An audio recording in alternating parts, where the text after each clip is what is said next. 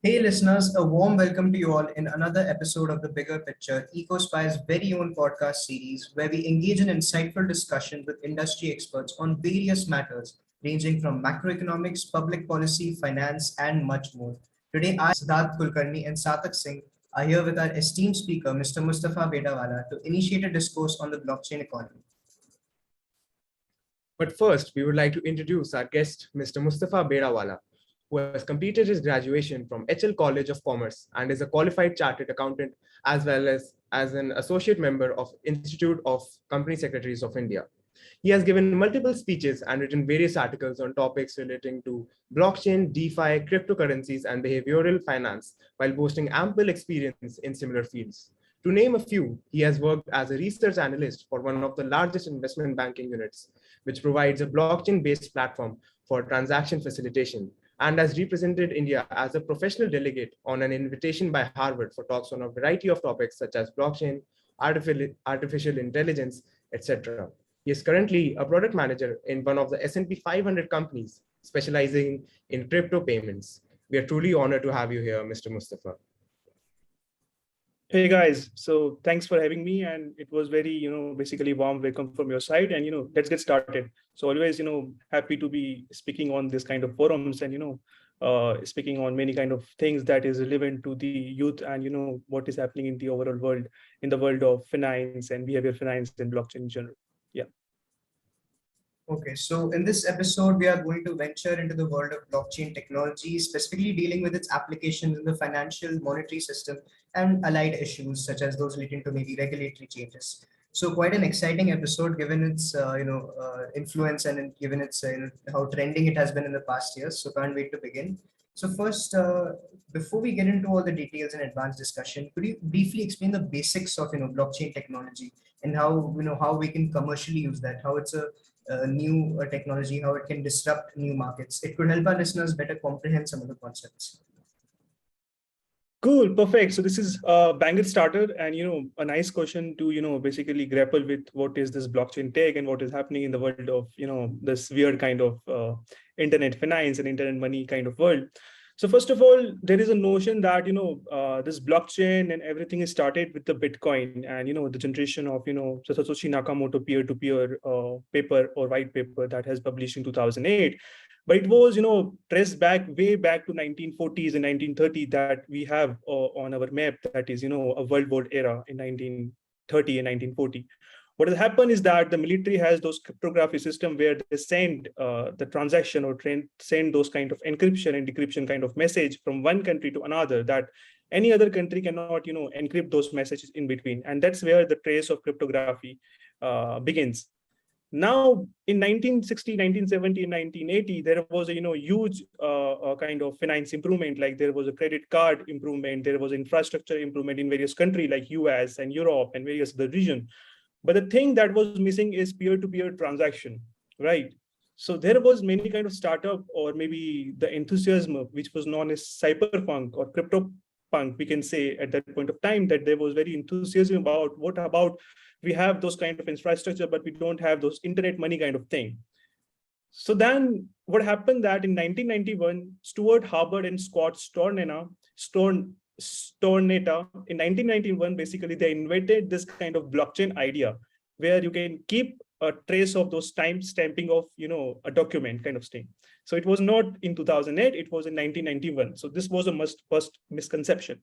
The second was that in 2002, I think Adam Back has basically invented this proof of work idea.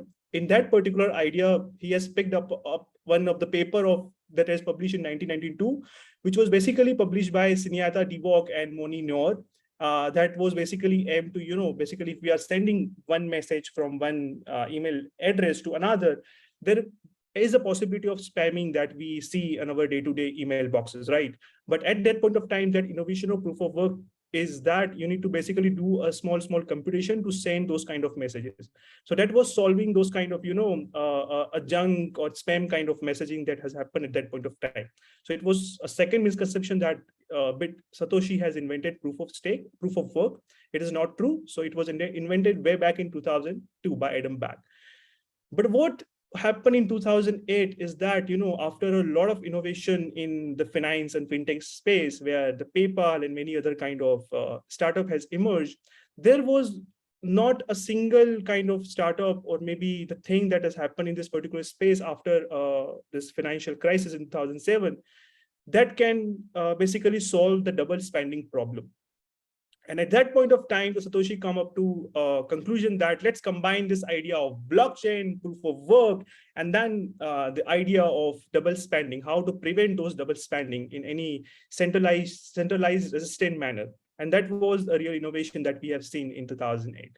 And then after coming back to the cryptography, a blockchain technology, and then we are seeing certain kind of smart contract platform that we right now termed as, a smart contract layer ones like Ethereum, Solana, and a number of other stuff. They are building their own economy and tokenomics and their own networking effect that, basically what financial institution has been doing since last 150 years. So yeah, that was the answer. I think I am hopefully basically able to comprehend those questions. Yeah. Yeah, I think that it has a pretty long history. I can see it's not just something that, it emerged in the 10 years. It's been in the making for a very long time. So now that we've got a basic, understanding of how cryptography originated, how we've got to where we are, how do you explain the term decentralized finance? This has now become a buzzword, DeFi. And how does it differ from traditional banking, traditional financial systems? And what all areas do you see that within finance, what all areas do you see that it could disrupt, and in what form? Cool. So this is also a nice question. So first of all, have you guys ever visited Western Union office, or have you ever heard a name of Hawala system? I'm not familiar with it, at least. Cool. So what happened is that when we, basically this is my story is basically my father was not in India. He was an outsider and, basically has visited in other country for a job purpose. And then when he used to send us the money for my schooling and n number of things, what happened that there is an n number of intermediary, when he transfer a fund to this Hawala system or Western Union, what happened that it got changed to many of, the bankers in between. So what has happened that, for example, if A is transferring B, which is sitting in another country, what has happened that it changed the value of monetary value to n number of party, which is sitting in middle. And that party is taking, basically FX kind of charges and, settlement kind of charges and, providing those kind of services, which was not transparent at all. Sometimes what has happened that the funds got stuck in between. Now, if we see in the current scenario, in the Indian economic scenario, we have a huge diaspora across the region. Name the country, you will find every Indian out there. But do we have an efficient payment system, cross payment system, or we can say an efficient transfer of value between the country? My sense or my answer right now is no. How you can trace a transfer when you are transferring fund to A to B, which is sitting in another country? You have n number of intermediary in between that we all agree on. Now, how the DeFi is different from traditional finance is that, for example, if some startup wants to get fund from a bank, that particular startup has to, justify what is your ROI, what is your business model, and a number of other stuff. And let's say if that particular startup has a good idea and has a revenue generating capacity of 25%, and if a bank is saying that we cannot provide you that kind of fund at the initial, so what has happened, what is happening in the economy is that those startups will try to take funds from, the local havaldar or local kind of, people who are giving those interest in the high charges. And those interest can take up to 12 to 24%. Now, just imagine if that particular startup has an earning capacity from the initial year, and it is a pretty good idea, has an earning capacity of 25% per year, and has to pay 24% to the borrowers or to the who has given those kind of funds to that particular startup. Now, that particular startup profit is just 1%, which is not ideal for the economic growth, right? Now, how this DeFi is different from traditional finance is the same way that, traditional finance is opaque. The traditional finance has the composability right now. Just imagine, basically 10 year or 15 year before that, to transfer from one account, from your one bank account to another bank account, how much documentation you want to clear at that point of time, right? So is that exist in DeFi system? I don't think so. what, how this is going to improve those kind of thing is that there are different type of DeFi protocol that is basically an improvement of traditional finance system. If you think from the perspective of lending and borrowing, there are multiple protocols out there like Aave, Maker, Compound, and Yen Finance. Now, what lending and borrowings do is basically what commercial banking and banks do in traditional finance, is to basically give the loans to the borrowers and take the funds from the lenders. And then those in between, there is a net charges to give and receive, and there is a net charges that basically banks earns. The same way DeFi protocol Lego works is that this lending borrowing platform like Aave, Compound, and Maker and others are earning their kind of thing, which is very transparent. Basically, you can see on-chain how your funds behave and how your funds is basically transferred from one party to another. It's very transparent. And also the benefit is it's composable. For example, if you are basically depositing ETH in certain kind of compound or protocol like Aave or Maker, you can basically take or borrow funds from that particular protocol, and then you can deploy or redeploy that particular fund in another protocol in an instant manner, in which is available on chain. Is this sound similar to the traditional finance? I don't think so. Now we also have those concepts in decentralized finance like decentralized DEXs, like decentralized exchanges. Like there are multiple examples out there like Uniswap, Curve, and SushiSwap. Now what they are doing is that when you transfer the value peer-to-peer between one party to another in a free market manner, are the traditional finance banks and other kind of institutions providing those kind of capability right now? I don't think so. So they are the peer-to-peer transfer and transferring of value between one to another person across the globe, not internally within saturated countries. Now you have another use cases, which is known as assets and wealth management. It's a huge business division of any banks or investment banking division. Now you have those protocol like Enzyme, SET, or Yen Finance. What they do is basically, they can track what are the on-chain assets that you have deployed on particular protocol, and also from the client perspective. Now just think from that perspective is that, for example, the traditional normal brokerage or assets and wealth management, how they function is that they take certain kind of funds from the liquidity provider, they deploy in n number of investment asset classes. And then what happened that when certain market crashes, there was no kind of we can say liquidity, or we can say no kind of transparency from those liquidity provider. That liquidity provider cannot see what is happening from their own fronts. Okay, now liquidity provider has upper hand to directly call and understand what is happening in this space directly to the banks and investment banking profession. But what about retail investor? Retail investor has no insight except the news and the kind of information that they are getting from directly from that particular liquidity provider or investment banker. So always retail investor are in a negative manner. They are always screwed in this particular ecosystem. So we have these assets and wealth management where retail investor is benefited, just like how liquidity provider or large hedge fund manager is able to get their fund from those DeFi platform.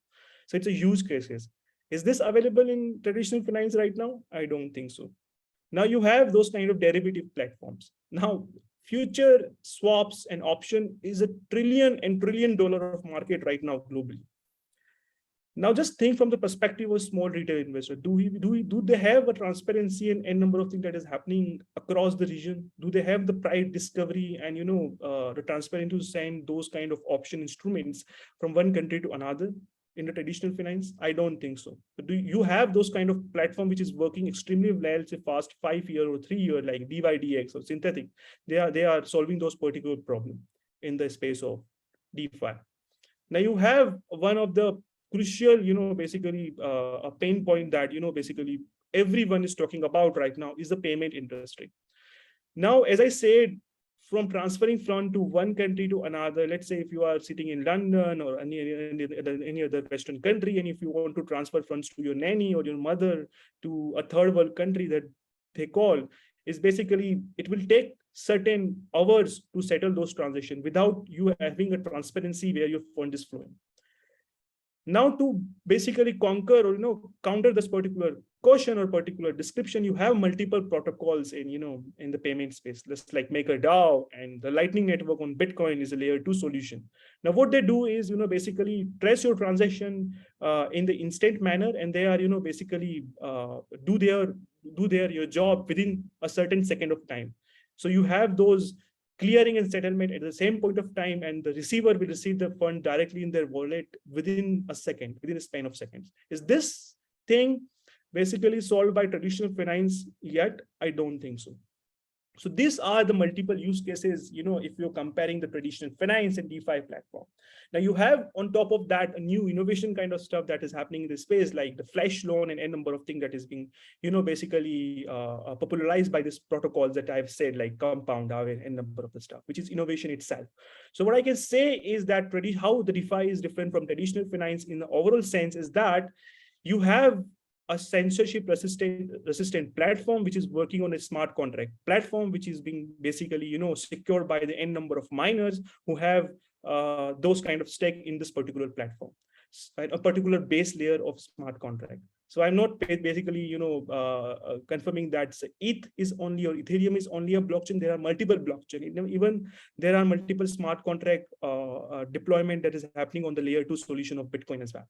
So it's very interesting to see how this space is evolving, and it is very interesting to learn as well and observe as well to those developers and ecosystem that is happening in this space.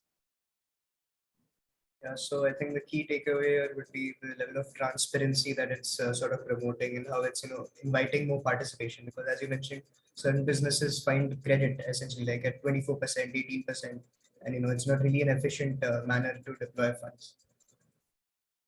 Yep. Okay. Yeah. So moving on to the next question, we would be talking about smart contracts. So we would like you to explain just the basic, what are smart contracts, and how are they used in the execution of decentralized apps? Cool. So nice question, first of all. So how we can, basically understand this thing is, there are two kind of platforms. One is a UTXO platform or pure script kind of platform, just like how Bitcoin blockchain is. And you have second kind of platform, which is Turing complete platform like Ethereum base layer or Solana or others, Algorand, and a number of other layer one smart contract platform. Now, what they have a functionality is that they can open a two type of account. What is the individual account? For example, if you are opening those MetaMask or Treasure or n number of other wallet, you are basically opening an account or opening your basically address on the base layer of protocol, which is Ethereum. So this is, the same way how the Bitcoin blockchain and other non-smart contract platform works. But what is different in a smart contract platform is that you can open another account, which can, having those code and line of item or execution kind of script that can, run those kind of logic that is available to those kind of dApps. So this is different this is the difference between a normal kind of base layer like Bitcoin blockchain and a smart contract platform like Ethereum and Solana and number of the stuff. Now, once we have those second type of addresses, which is smart contract addresses on the layer 1, you can run n number of logic and script on top of that. And where you have the initiation of this DeFi or the dApps, or we can say decentralized application.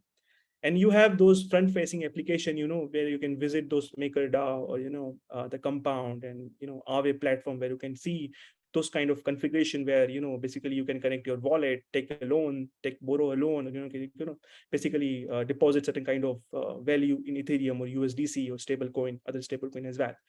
So it is pretty simple. Smart contract, we can say, has a two functionality, which is an individual address kind of thing, and second is a smart contract, a running of logic kind of stuff.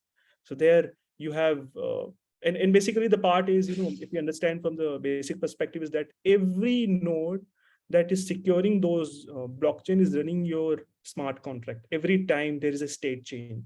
So if we think from the perspective of Ethereum, every time there is a state change from, like, let's say X to X plus 1, what is happening that every node will run your smart contract, because it's not a Turing complete kind of language where you will run those kind of logic every time basically there's a state change. So this is a huge security from the perspective of decentralization as well as censorship resistant. So that's where you generate those kind of smart contract kind of concept.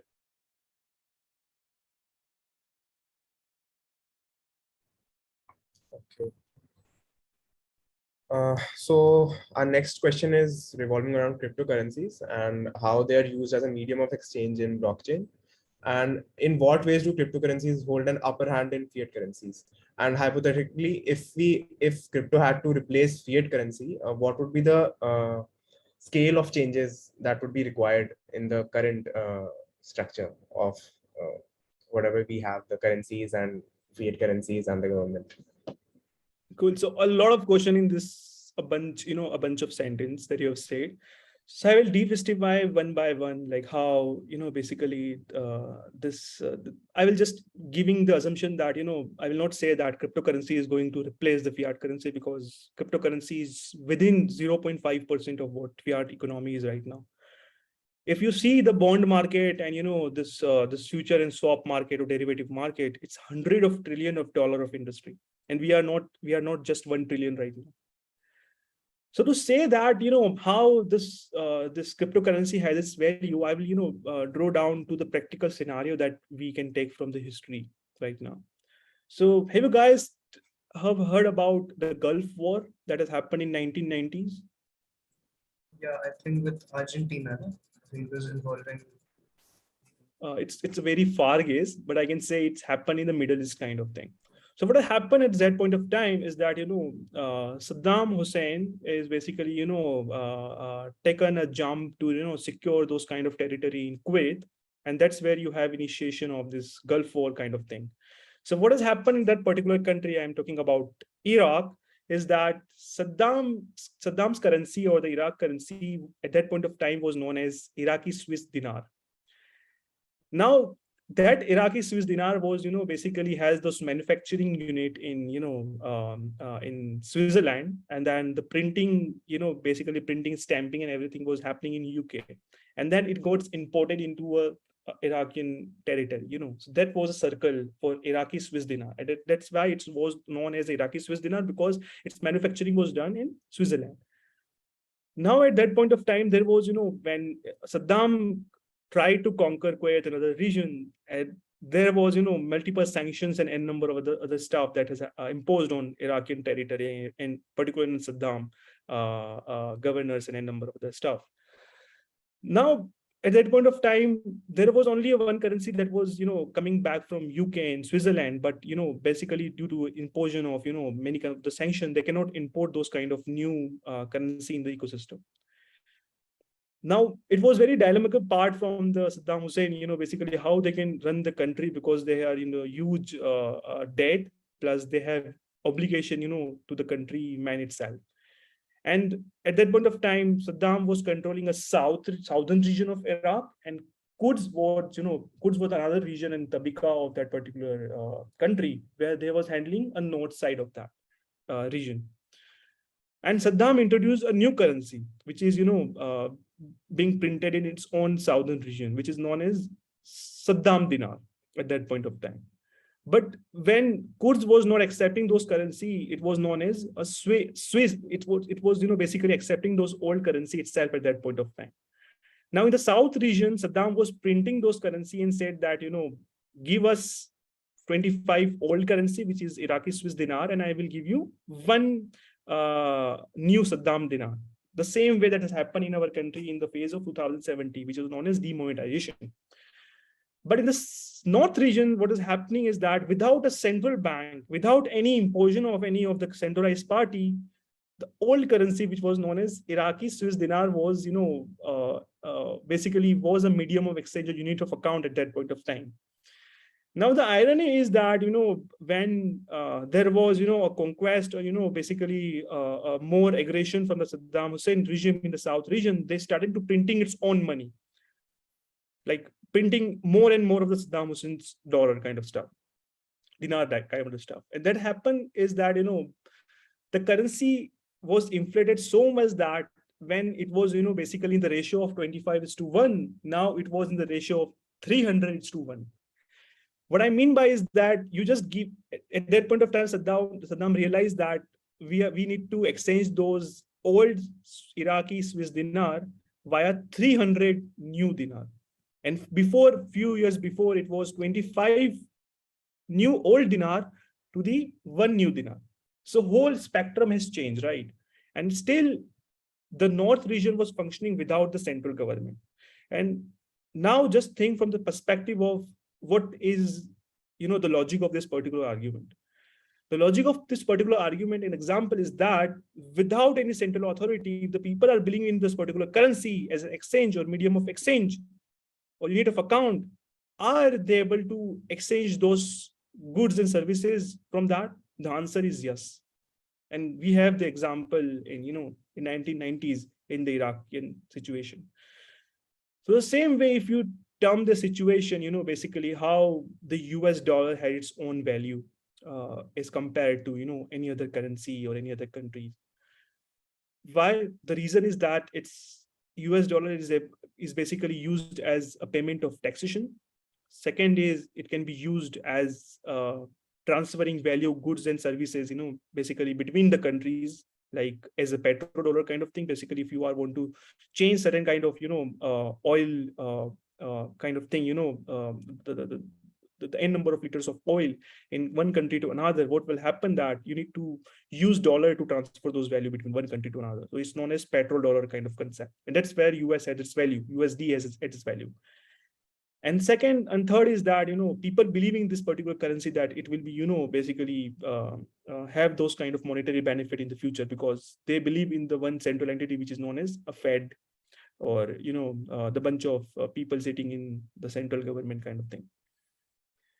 So the same way, if you are, reciprocating those concepts in the cryptocurrency, I can argue, or we can, discuss on this particular aspect, is that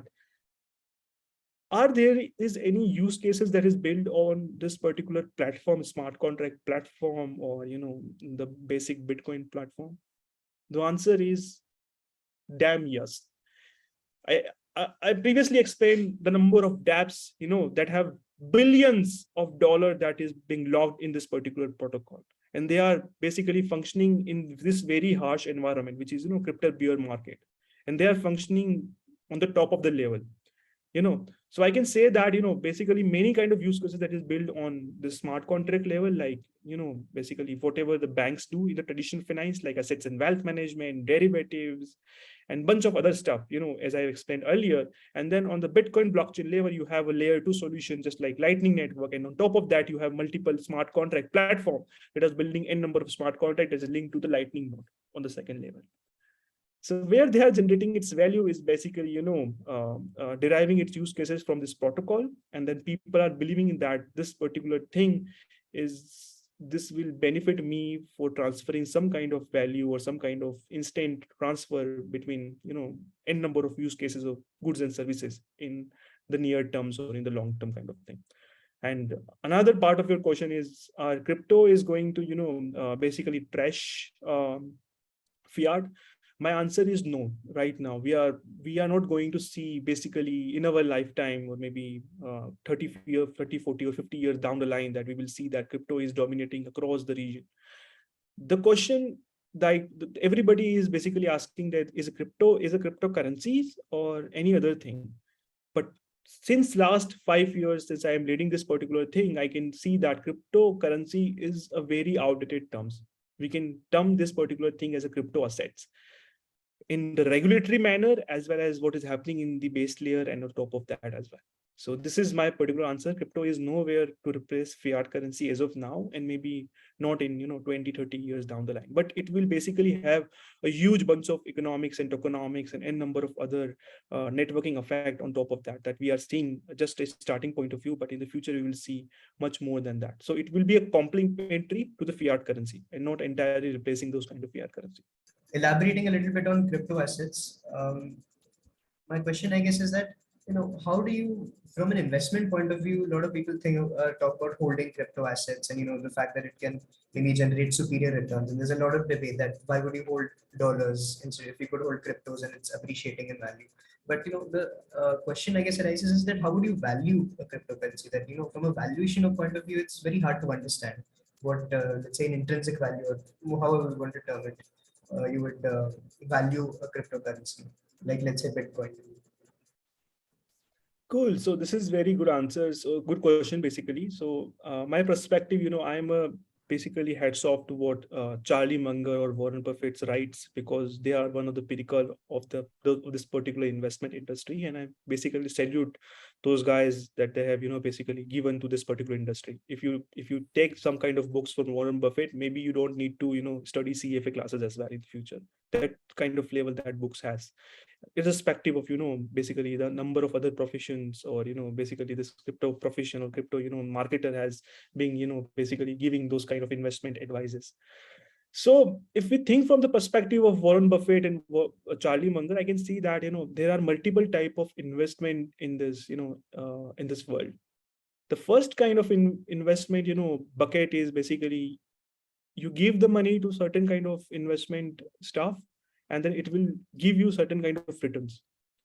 The same way, you purchase some farmland, cool, and then those farmland is basically giving you the return in forms of vegetables and a number of others, wheat and rice and a number of the stuff that you are earning out of it while producing something. The second kind of bucket is basically, a dead investment kind of thing, just like a pure bare land, which is not an agriculture land, or we can say investment in gold, or as per the Charlie Munger and Warren Buffett kind of thesis, cryptocurrency also fall in this particular category. Now, in this category, what is the situation is that, basically no one is going to produce something out of it. For example, let's say gold. Gold is not going to produce something in the future. But the thing is, people are valuing that particular precious coins or precious, gold or precious kind of, some kind of non-habitated property where another generation is going to, pay higher prices. So it's a speculative kind of market. The third bucket is basically, a stock investment or, getting ownership in the company like businesses. So where you will earn dividends and, income out of it as well as you will be, behaving those capital appreciation gain as well in the form of, if you have studied the fundamental of company, and if you believe that the company is going to generate much profit, which is going to reinvest itself. So you are taking the ownership out of it. So you have those three buckets, and Charlie Munger and Warren Buffett classified this cryptocurrencies and a number of things in the buckets of second thing, which is known as, a non-productive assets. I basically agree with the analogy of, both of the investment professionals. Like basically, I am nowhere near to them. But the thing is, I agree on the particular aspect that cryptocurrencies has this speculative market, that what other people is going to derive its value out of it. That's why we have number of DEXs, number of marketer and number of protocol that are selling those kind of things. But what I would advise for this, who is listening to this podcast or, video or a number of stuff from this particular key takeaway is that use cryptocurrencies or those kind of thing to learn how this protocols and a number of things works. For example, if I have certain, let's say 10,000 rupees, then what I will do is that I will buy certain kind of stable coins and, go and open my wallet in Metaverse and, basically learn how I can deposit, or I can borrow, I can lend, or I can, redeploy those USDC, which is a stable coin, to another protocol. And in the same way, I will learn the process, how it's different from, traditional finance, or, how it's different from traditional finance, or how it's different from, basically how we are doing or we are functioning in the world of CeFi as well. So my thing is, at the initial, just start looking at how this protocol behave and protocol works with the help of fiat currency, normal fiat currency, and see that how it's behave in the protocol level. And step by step, you guys able to learn about how to interact with this protocol and a number of things. I'm nowhere near to giving anyone advice about how this entire thing functions.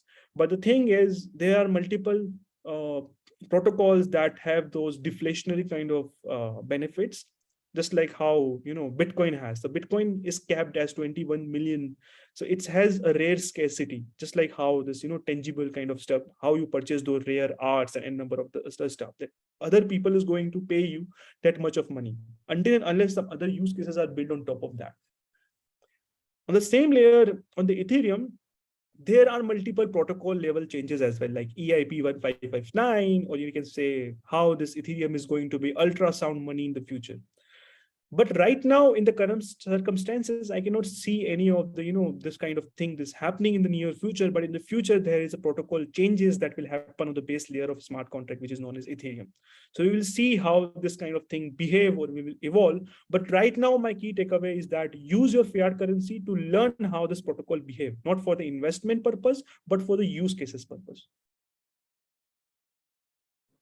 Okay, I think we can bring the session to close, because I think we have covered a lot. I think with 5 questions we talked about, the history of cryptography, blockchain, the kind of application that we're seeing, and an interesting discussion around cryptocurrencies as well.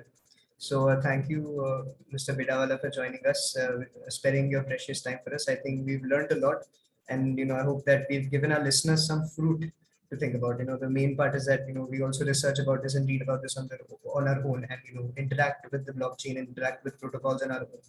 So I think that brings the session to a close. Thank you.